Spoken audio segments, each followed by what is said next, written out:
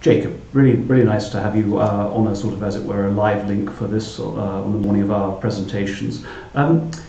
Now, a lot of people in the country know you very well now, but not everybody knows about your financial services background and how you sort of started up Somerset Capital Management with Dominic Johnson and how you made a success of it.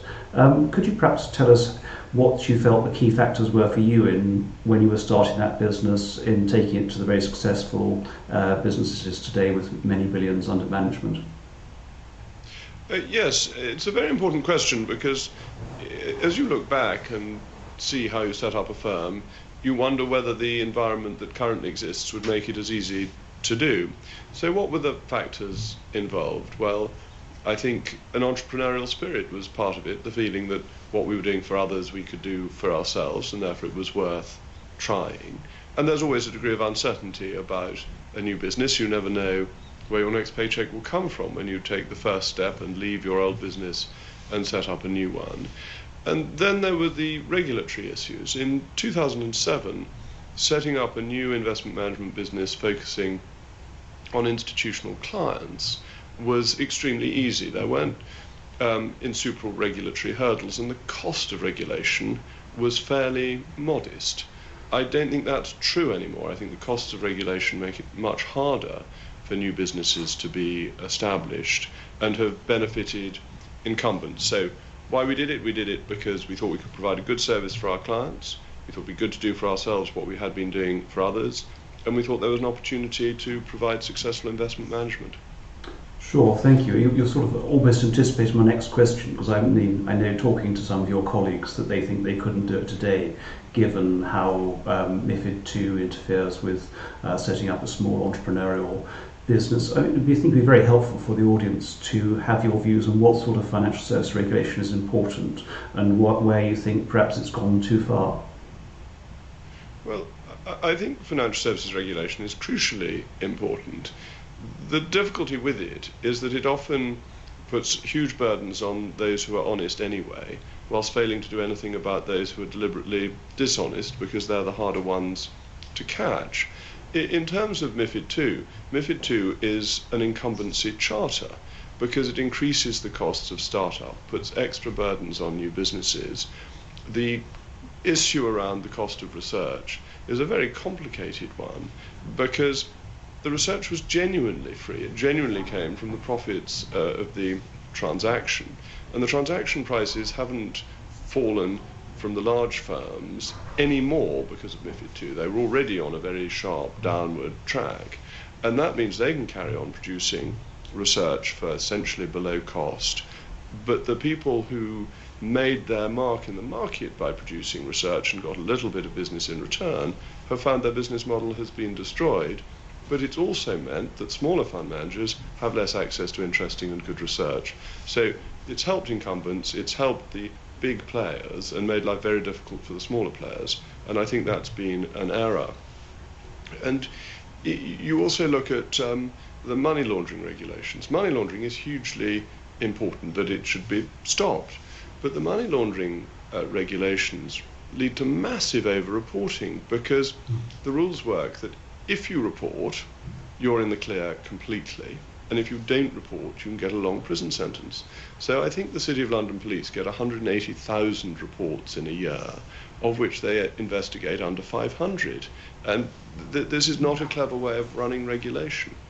I certainly agree. I mean, certainly in Guernsey we have no plans to implement MiFID II for precisely some of the reasons you've talked about. I think AML, my own hope is that sort of augmented intelligence can make people a lot sharper and smarter, and certainly talking to the UK FIU, I think they've got very few resources and almost overwhelmed with the amount of data they get. I mean, more generally about regulation, you of course are very well aware how embedded the precautionary principle is within the EU treaties, the ECJ judgments, and so forth. What impact do you think that's had on innovation, growth and development of new technologies in Europe over the last few years?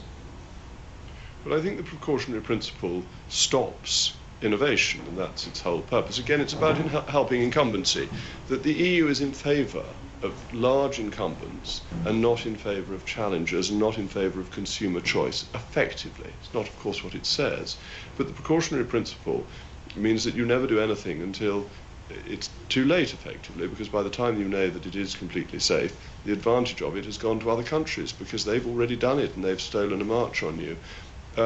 So I think the precautionary principle is one that may be right in certain areas. It may be right in terms of developing new medicines. You want to make sure they don't kill people.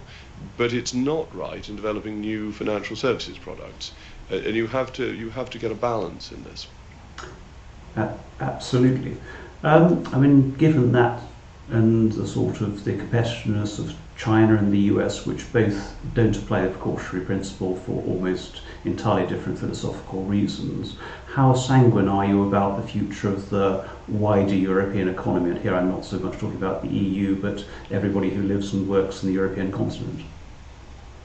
Well, I think it's a major constraint on the EU and wider economies. I think the EU is a failed economic model, and we can see that from the low growth rates that have been achieved by the Eurozone countries since the Eurozone was set up, the complete lack of growth in Italy, for example, since the Eurozone was set up. And you've got this economic model that isn't working, and the more it doesn't work, the more determined they are to continue down the same route. And if you look at China and you look at the US and India, you see that other economic models are working better. And the opportunity of the UK in leaving the European Union is that we can change the economic model and have ours on the basis of those countries that work more effectively, rather than sticking to this failing EU one. Great. I think if we switch perhaps now to a couple of questions on Guernsey. Clearly I've heard your disquiet, heard Boris Johnson's disquiet about the PM negotiating with Corbyn on a customs union style exit from the EU. From a Guernsey perspective, since the early 70s when the UK joined, we've been in the customs union with the EU, but outside the whole of the EU and outside the single market. Frankly, it's been quite a good arrangement for Guernsey. Thus, I think a few people have some difficulty understanding quite the depth of the opposition within the Tory party to this. If it works for Guernsey, couldn't it possibly work for the UK? No, that the customs union takes away most of the benefits of leaving the European Union, because it enforces high prices on the UK to subsidise inefficient continental producers, whether that's of manufactured goods or of agricultural products. And that makes the UK economy less competitive, makes people worse off, less money in people's pockets. So no, being out of the customs union is an important part of leaving the EU. Also, the UK is the fifth largest economy in the world, and it would have its whole trade policy dictated to it by the EU. That can't make sense. Whereas perhaps for Guernsey, it's less of a problem, and particularly with your expertise in service industries, which are much less affected by customs union.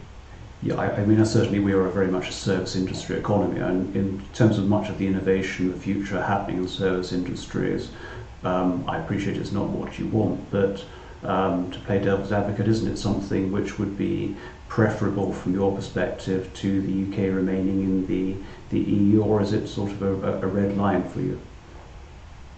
Well, I think we should leave without any deal. I think we've got to the point where that is only 8 days away, that it is still the law of the land that that's what we do unless we get granted an extension. I think an extension would be a mistake. So no, I'm not pivoting to a customs union as a middle way. I think people voted to leave, not to be stuck in one of the cornerstones of the European Union. And bear in mind the customs union was one of the ways the EU was founded. Sure. Well, just on that, it was a question I was going to ask you a bit later, but the Cooper bill, which went through last night, that started talking about stopping a no deal Brexit. Of course, it went through by one vote at the end of the day, icily fine margins. Does that have the effect, assume it gets through the House of Lords and assume the Prime Minister refuses to use the royal prerogative to veto it, does that bill, when it becomes an act, not stop the UK leaving with no deal? Not in terms of what the Act actually says. That may be its intention, but the Act merely says that the Prime Minister must ask for any length of extension that the House of Commons suggests, and must then come back to the House of Commons if the EU suggests a different length of extension. So it's not simply that no deal is taken off the table, it's that certain steps have to follow, which are hurdles to no deal. That is certainly true. good short, because I mean my understanding as this law stands at the moment, clearly it hasn't gone through the House of Lords yet, is that the Prime Minister could prorogue Parliament, do no deal in 9 days' time, and she'd be utterly within her constitutional rights to do so. She doesn't need the agreement of the Commons to do that. That's accurate, isn't it? That is accurate, yes. Yeah. And on the subject of no deal, our Chief Minister has written to Mrs May recently and said he's a bit concerned about no deal. Certainly from my conversations with the Treasury, the Bank of England, the Financial Conduct Authority, I know they're all up to speed in terms of managing the financial services, financial stability implications. The Chief Minister, of course, has to worry about issues far beyond that, to do with free movement of people, imports of goods and so forth. Are there any words which you, as one of the prime advocates of no deal, could say to him and others in the audience which could perhaps offer reassurance on that score? Yes, certainly. There is no difficulty on the import of goods because that is under our control. So the UK government can decide that importing goods from the European Union is as safe on the day after we've left as on the day before we've left. So there's no problem with the import of goods. The issue really is with the export of goods and how will the EU respond. And the EU has put in place already, and this is widely reported, processes that will ensure that any major difficulties are overcome, and the Port of Calais, for example, has said it's fully prepared for us leaving without any arrangement. So the scare stories we've had are simply not true. Okay.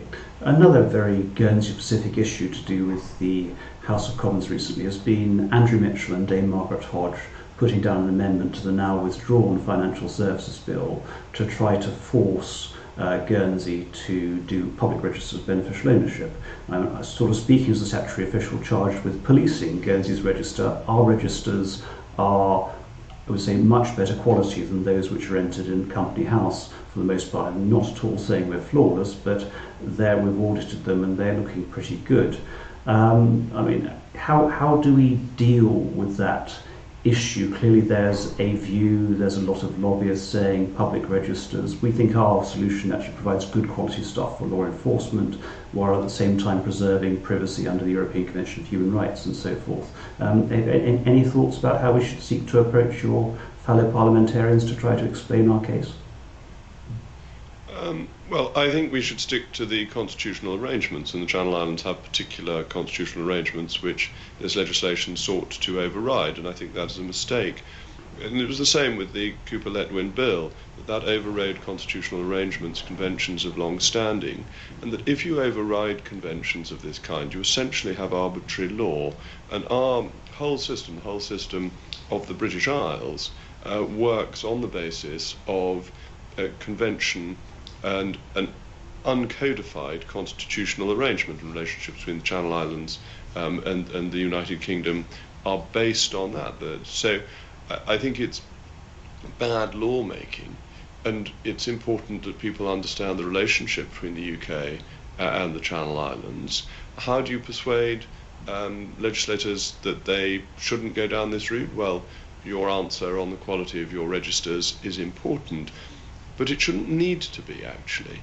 That in truth, we shouldn't be legislating for you in this way at all. So I think the primary argument is a constitutional one, rather than one of explaining that what you do is fine regardless. Great, thank you. Clearly, one of the big concerns of some of your Remainer opponents has been that the City of London gets a lot of business from the EU single market, and let's assume for the sake of argument, that Mrs May's deal goes through, you voted for it last week, then the City of London leaves, there is no single market membership. How confident are you that a big player like London could be prosperous outside the single market?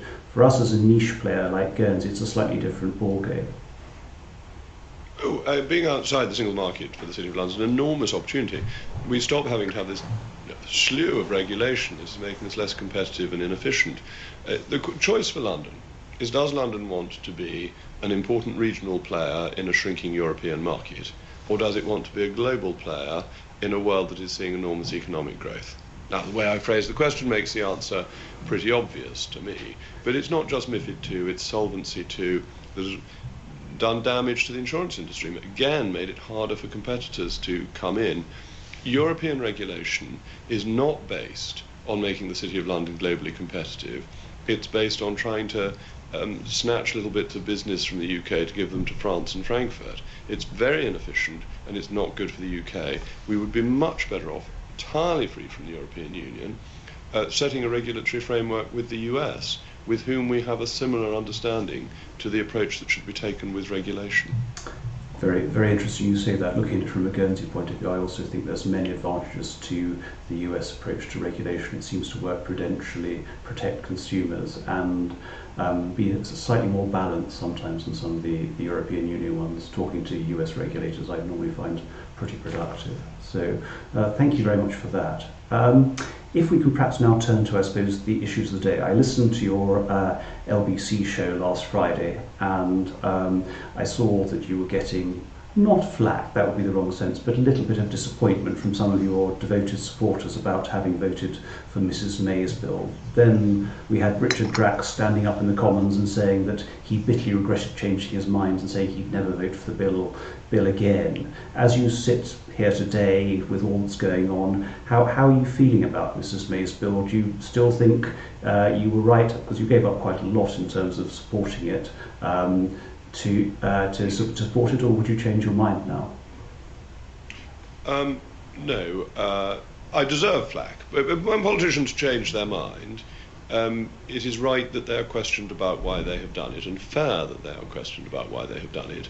However, politicians have to change their mind from time to time. That I think the culture where you say any politician who ever changes his mind under any circumstances is doing a great U-turn is not helpful in terms of the political debate or in terms of how decisions are made.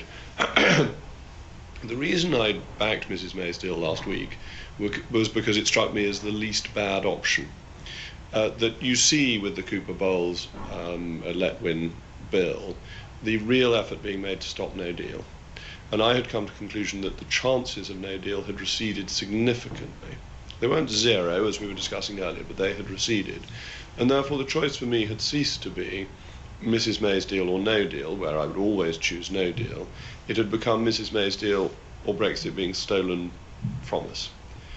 And after Cooper-Letwin, I think that's even more likely, that there is an attempt by people who never backed leave, who have always been Remainers, to frustrate and stop Brexit.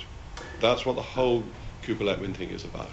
Sure. And therefore, if that is the choice, then Mrs May's deal is the least bad option.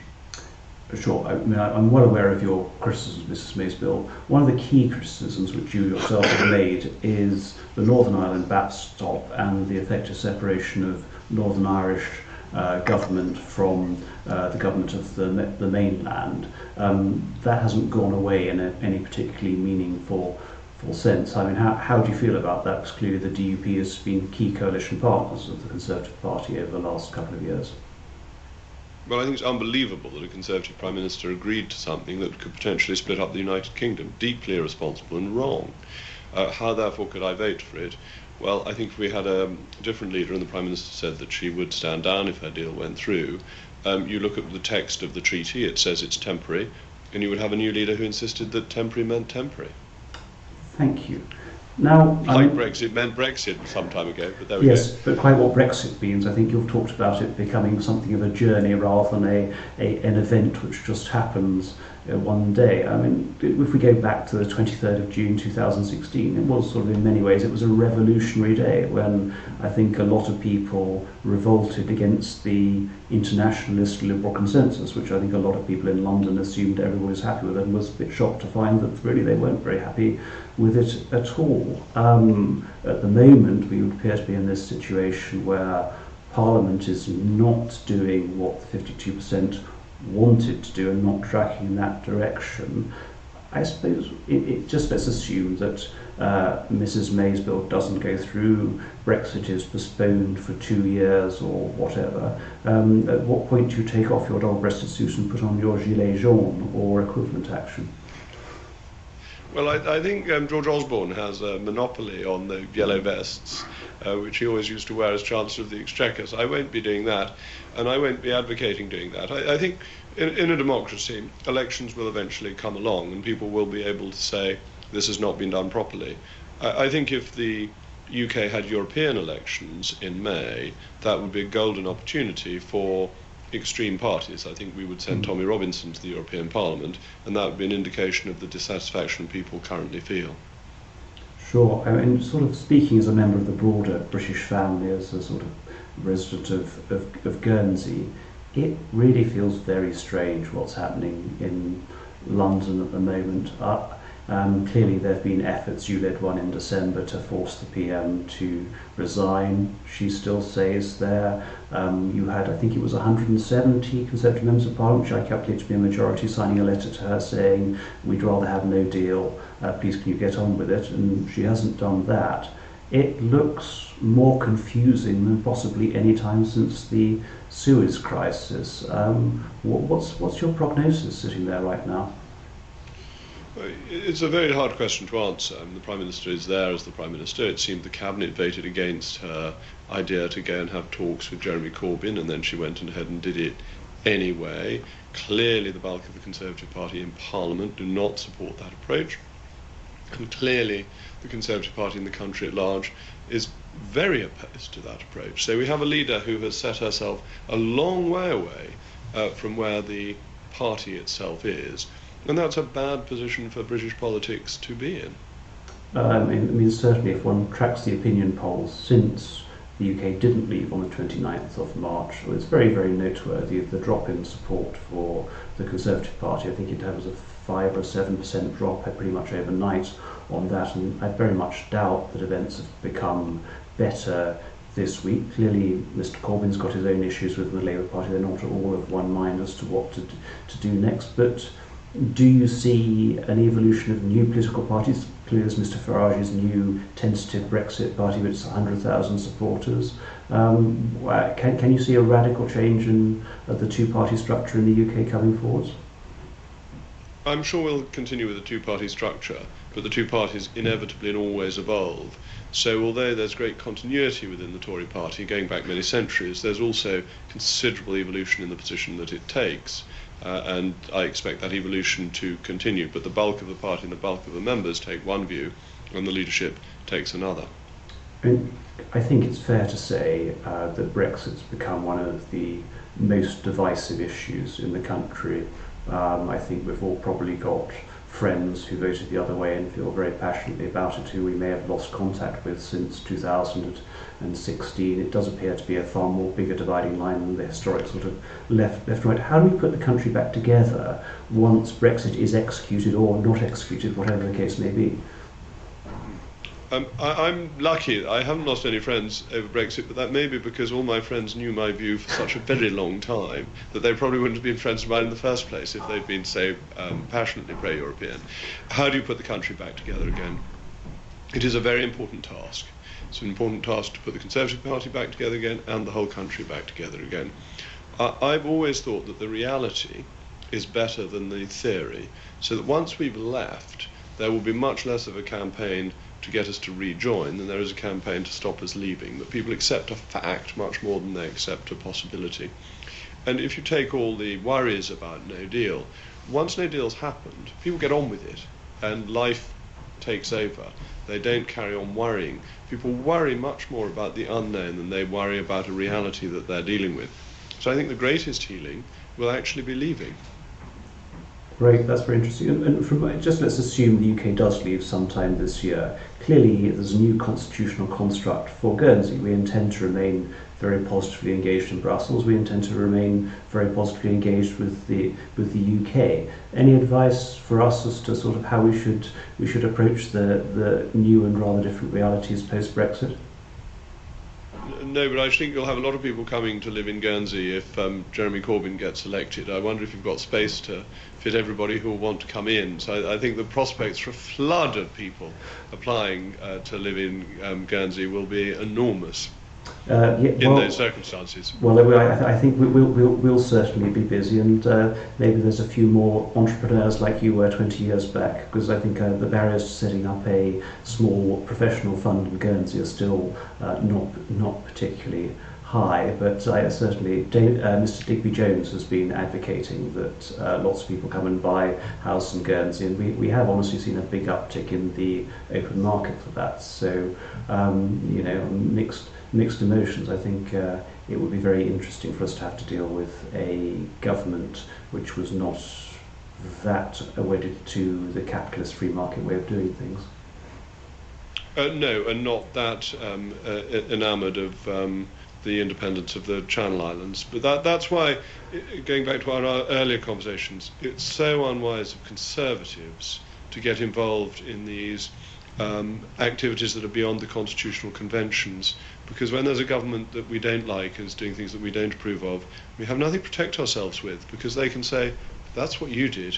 And that's why I think Andrew Mitchell, who's a friend of mine, was simply wrong to be voting in favour of interfering in Guernsey's independence. Brilliant. Jacob, I'm aware that you're a very, very, very busy man at the moment, and you've kindly given us half an hour of your time today. I'd only like to apologise again for not being there in person. I was much looking forward to my visit, and indeed hoping to see a very old family friend whilst I was over. So none of that has been possible, but I am very grateful to have the opportunity to talk to you.